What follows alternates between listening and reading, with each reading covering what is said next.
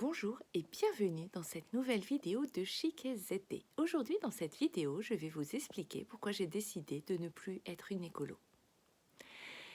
Changement radical? Abandon des concepts? Pas du tout. Le terme écologie ne me convient plus et je vais vous expliquer pourquoi. Revenons à l'origine. Quand on étudie en fait l'origine du mot écologie, on s'aperçoit que ce sont deux mots grecs. Le mot oikos et le mot logos. Désolée pour la prononciation, j'ai pas fait de grec. Le mot oikos signifie maison ou habitat. Le mot logos signifie la science. Donc sur le plan étymologique, le mot écologie est la science de l'habitat au sens large, autrement dit la science de l'environnement. Il a été utilisé pour la première fois en 1866 par un biologiste qui s'appelait Ernst Haeckel. Et il a défini l'écologie comme la science des relations des organismes avec le monde environnant. Pour le moment, ça me va très bien. Et puis, dans les années 60, le mot écologie a trouvé naissance avec les mouvements justement écologiques de cette époque-là. Et on a commencé à parler de la pollution, de la destruction des écosystèmes, de l'effet de serre, du réchauffement de la planète, de la déforestation. Pour le moment, ça m'allait très bien. Le souci, c'est ce qu'il est devenu ensuite.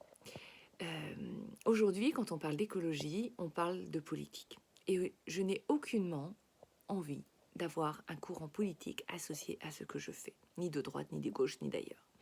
Ensuite, pour beaucoup, les écologistes, ce sont des gens un petit peu barrés, des gens un peu en dehors du système, qui souvent ont les cheveux cracra, s'habillent mal, ont des barbes de plusieurs mois, limite vivent au milieu des bois, et sont extrémistes dans leurs convictions et dans leur comportement.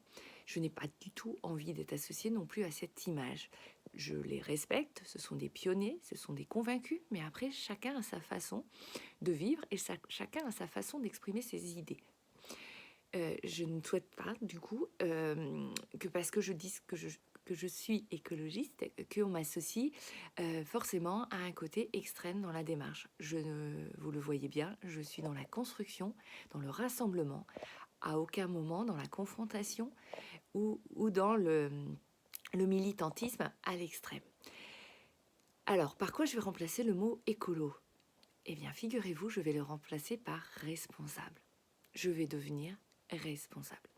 Responsable de mes choix, responsable de mes achats, responsable de mes actes, responsable de ma planète, responsable de mon écosystème, responsable tout simplement de l'endroit où je vis et du fait que je fais partie d'un tout et que ce que je fais impacte la vie de tout mon environnement, de tout ce qu'il y a autour, que ce soit les autres êtres humains ou que ce soit les autres êtres vivants et tout mon écosystème forestier, marin, terrestre, tout ce qu'on veut. Donc responsable. Alors on va retourner aussi au niveau des définitions, c'est la journée. Responsable, ça vient du latin responsum, de respondere, qui veut dire répondre. Dans notre définition actuelle, responsable, ça veut dire surtout qui doit rendre des comptes, qui est l'auteur ou le coupable de quelque chose, qui doit en supporter les conséquences, qui est à l'origine d'un mal, qui est en charge d'une fonction, qui est réfléchi, sérieux, qui prend en considération les conséquences de ses actes. Ah, ces deux dernières définitions me vont mieux. Donc ça, toutes ces définitions viennent du Larousse, pour information. Donc, qui doit rendre des comptes devant une autorité de ses actes ou des actes de ceux dont il a la charge, qui est auteur et coupable de quelque chose et doit en supporter les conséquences, mais on est complètement là-dessus.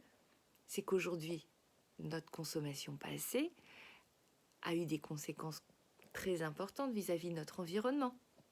Donc, par ce biais, le mot est tout à fait adapté.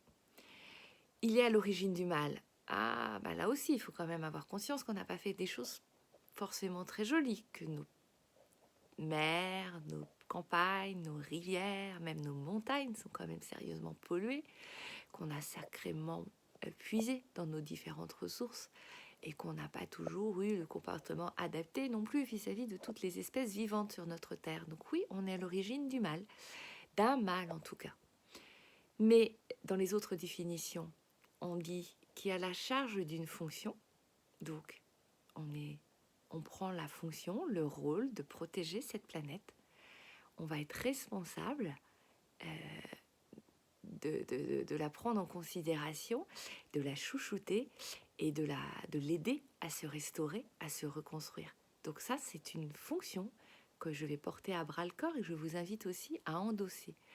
Et j'aime bien la dernière définition, qui est réfléchi, sérieux, qui prend en considération les conséquences de ses actes. C'est tout à fait cette réponse que je souhaite que vous apportiez en devenant consommatrice, consommateur.